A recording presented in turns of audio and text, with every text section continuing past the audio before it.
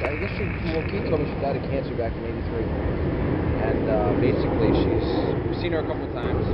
Came around here a couple of times, got some EVPs of answering me, Donnie Jean, yes. Shadows, audible responses, just things that are out of the ordinary for anywhere, you know.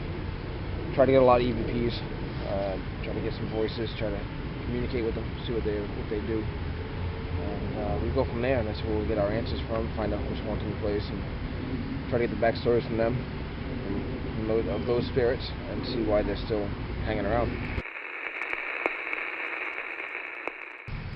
You know, certain things like, you know, you're not very loud, obnoxious, you know, and just treat the spirits with respect most of the time. I don't either sometimes.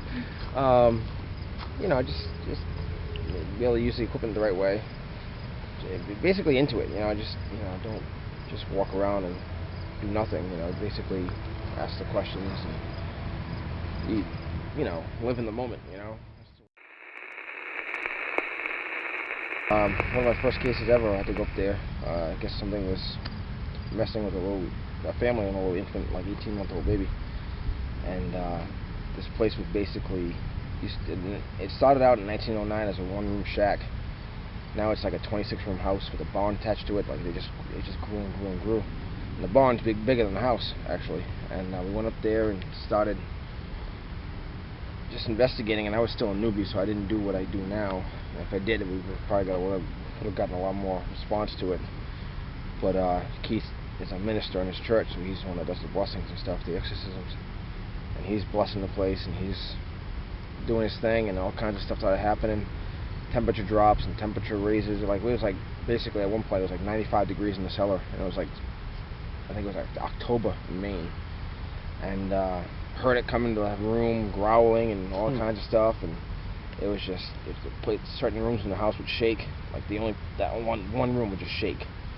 And it was just amazing how powerful this thing was, and that was my first experience with something like that, so it was kind of almost life-changing. You know, I dealt with spirits for a long time before that, but never something so powerful as to shake places and shake, you know, rooms in the house.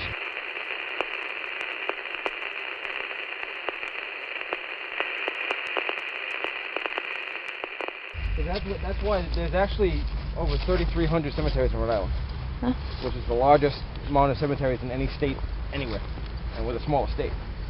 The reason why is because actually this is 154. Okay.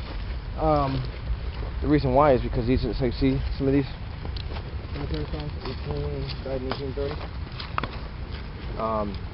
These were just plots. These were family plots, like a house was here, and they would just bury the dead right where they lived. So a lot of I don't know if you ever noticed them, like these little tiny cemeteries next to a house. It's because there used to be a farm there or something, and then they would bury their dead right there. There was no cemeteries back then. They would just have family plots, and then now they've become cemeteries because you can't move the bodies anymore.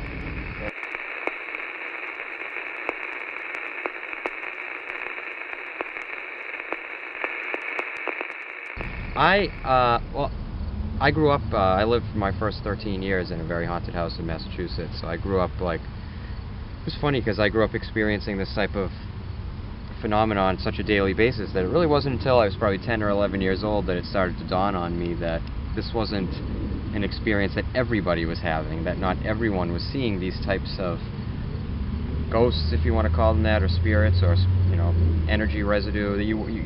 Not everyone was experiencing that. So at that point, from about 10 to 13, I became kind of distinctly felt almost alienated by that experience and frightened by it. But I used to see red eyes in my bedroom every single night of my life. I would wake up and hear my brother's voice in the closet, like trying to make me come to the closet, but then realize that my brother was in the next bed still sleeping when he was really young. So I mean, I had a lot of it, but I would say in recent times, Ramtail was probably the scariest experience. And scary is such a subjective word. Scary in that we were experiencing something that is unpredictably out of the ordinary, that was interacting with us, and at any moment could have gone in a weird direction. So I would say those are a couple of quick stories. What about you? I have to say that when we went to Maine the second time. Maine's pretty haunted, the way I look at it. Some 87-year-old lady was possessed by a demon. It doesn't bother me that there's a demon and stuff. It's the living that's the problem, especially when they're possessed. Actually, Keith's got Jay saw it. Keith's got the video. Her eyes are completely black. She was speaking in tongues. Literally, an 87-year-old lady took like 5 of us to hold her down. The razor blade appeared on it, like manifested right on her leg, like one of those old 1930s straight razors. Just one of the razors was just on her leg. You can figure out where it came from. It wasn't there, and then all of a sudden I looked down, there's a razor there. I'm like, well, okay, let me grab that. Like, I'm not gonna be like dying. But yeah, she was possessed. She actually spoke in French, which she usually does, because she was French.